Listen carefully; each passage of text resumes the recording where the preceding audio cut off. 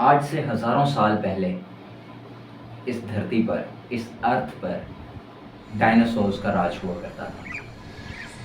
लेकिन इंसानों को, साइंटिस्ट को ये कैसे पता लगता था या पता लगता है कि एक डायनासोर्स का जो स्केलेटन्स जिनके मिल रहे हैं, उनके स्केलेटन्स देख के भी ये नहीं पता लगाया जा सकता कि ये किस शेप का था।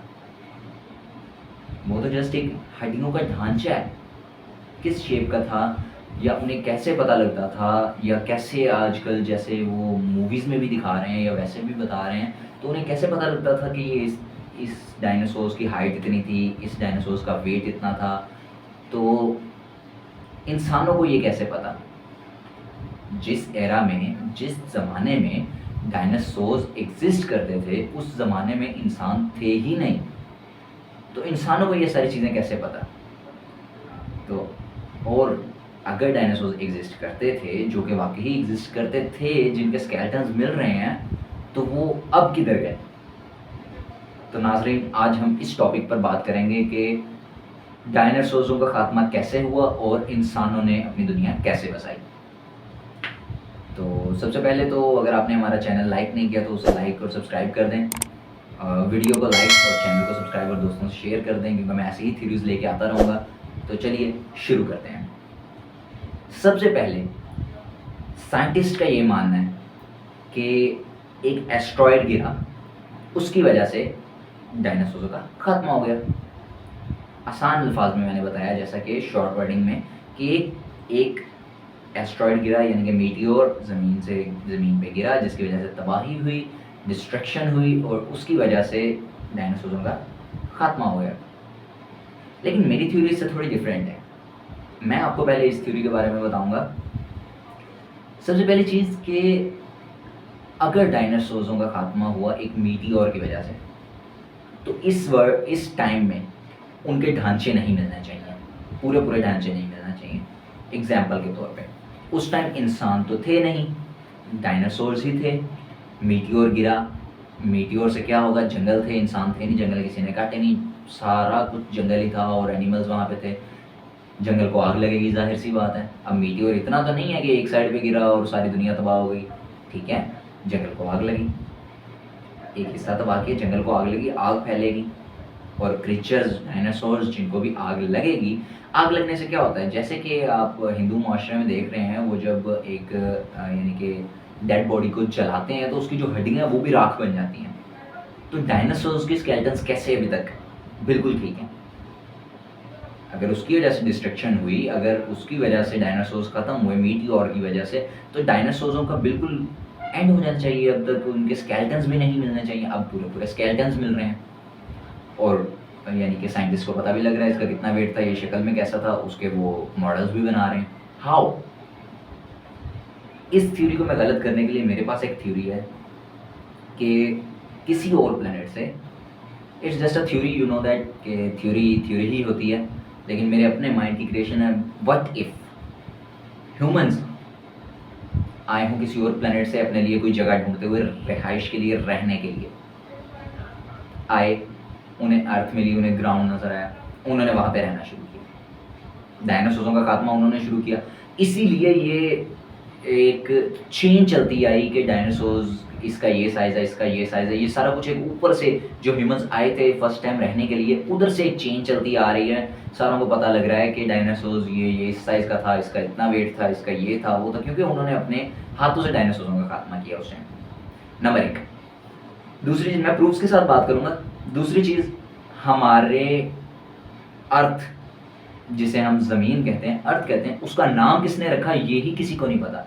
जैसे कि आप स्क्रीन पे देख रहे हैं, मैंने सर्च किया हु नेम्ड अर्थ, वो हमें दिखा रहा है गूगल, हालांकि दुनिया का सबसे बड़ा डेटाबेस सर्वर है, वो हमें बता रहा है कि हु नेम्ड अर्थ में वो हमें दिखा रहा है कि हमें नहीं पता, we have no idea who named earth. उससे भी नहीं पता गूगल को कि अर्थ का नाम किसने रखा। साथ ही वो नीचे हमें एक थ्योरी दे रहा है कि मिलियन ईयर्स से अर्थ को अर्थ ही कहा जा रहा है।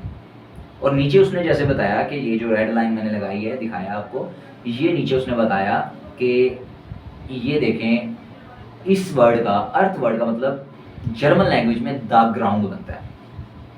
अब जब डायनासोरों के ज़माने में जाएं देखें तो उस ज़माने में जब इंसान आए होंगे तब जर्मन लैंग्वेज तो नहीं एग्जिस्ट करती थी। तो मे बी मेरी थ्योरी के मुताबिक मे बी ह्यूमंस किसी और प्लेनेट से आए हों और वो स्पेस में हो, अपने लिए वो ग्राउंड ढूंढ रहे हो, तो उन्हें जैसे ही अर्थ मिला तो उन्होंने इसका नाम द ग्राउंड रख दिया, ज़मीन, क्योंकि वो स्पेस में थे, स्पेस से ज़मीन पे आए, ग्राउंड नहीं रख दिया। एंड एक और चीज़ इस चीज़ को पॉजिटिव वे में प्रूव करती है कि ह्यूमंस जब आए, हमसे पहले ज़माने में देखा जाए, अगर हमसे पीछे जो टाइम गुजर चुका है, लाइक इजिप्शियंस ने जिन्होंने पिरामिड्स बनाए, अब उन पिरामिड्स के अगर जायज़ा लिया जाए तो वो एरिया जो है इजिप्ट का जहाँ पे पिरामिड हैं वो रेगिस्तानी इलाका है, वहाँ पे पहाड़ का नामो निशान भी नहीं है, बट पिरामिड जो मटेरियल यूज़ किया गया पिरामिड्स के अंदर वो माउंटेन्स है, माउंटेन वाला मटेरियल है, पहाड़ों का मटेरियल है। तो कैसे इतनी दूर से उन्होंने ला के इतनी बड़ी एक चीज़ बना ली? मे बी पॉसिबिलिटी है कि जो ह्यूमंस स्पेस से आए थे इधर रहने के लिए, इजिप्शियंस के एंसेस्टर्स हों वो, इसलिए वो इतने हाईटेक थे हमसे पहले। हम इस ज़माने में हो गए इतने हाईटेक नहीं हैं जितने इजिप्शियंस थे हमसे पहले। Does it ring any bells?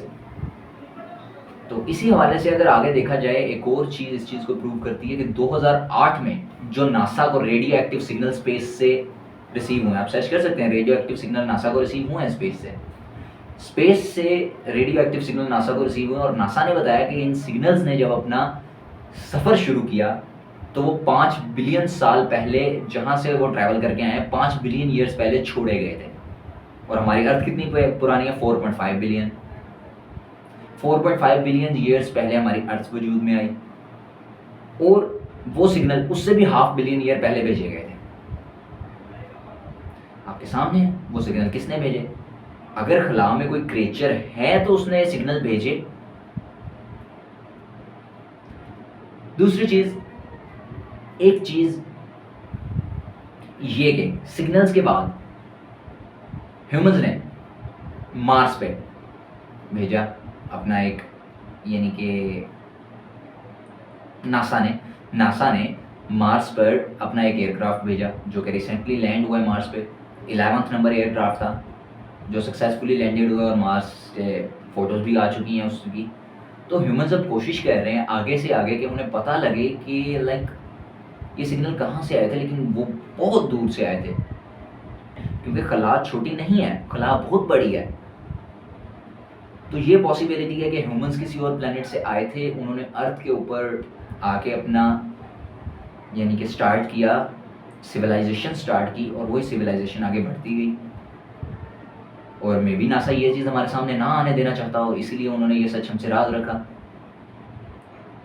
क्योंकि एक हॉलीवुड की एक और सीज़न भी है द 100 के नेम से, वो अगर आप देखें तो उसमें आपको नज़र आएगा कि द 100 में सिविलाइजेशन स्पेस में थी, और न्यूक्लियर वॉर की वजह से सिविलाइजेशन स्पेस में चली गई, और स्पेस से जब वो नीचे आए यही चेक करने के लिए 100 पर्सन्स उन्होंने नीचे भेजे कि अगर ये चीज़ ख़त्म हो चुकी है, यानी कि नीचे जो डस्ट क्लाउड्स वगैरह या जहरीले मादे जो हैं वो अगर ख़त्म हो चुके हैं तो हम जाके दोबारा सिविलाइजेशन स्टार्ट करें। तो मे बी पॉसिबिलिटी है कि किसी और प्लेनेट पे ऐसा कोई वॉर हुआ हो जिसकी वजह से जो बचे कुछ इंसान हैं वो स्पेस क्राफ्ट लेके अपने लिए जगह ढूंढने आए हों, और जगह ढूंढने आए हों तो उन्हें डायरेक्टली अर्थ मिली और उन्होंने इधर अपना बसेरा कर लिया एयरक्राफ्ट के थ्रू। और एक और चीज़ कि अब सबसे बड़ा क्वेश्चन आप लोगों के माइंड में आ रहा हो कि अगर वो आए किसी UFO या एयरक्राफ्ट से आए होंगे तो उनका एयरक्राफ्ट किधर गया?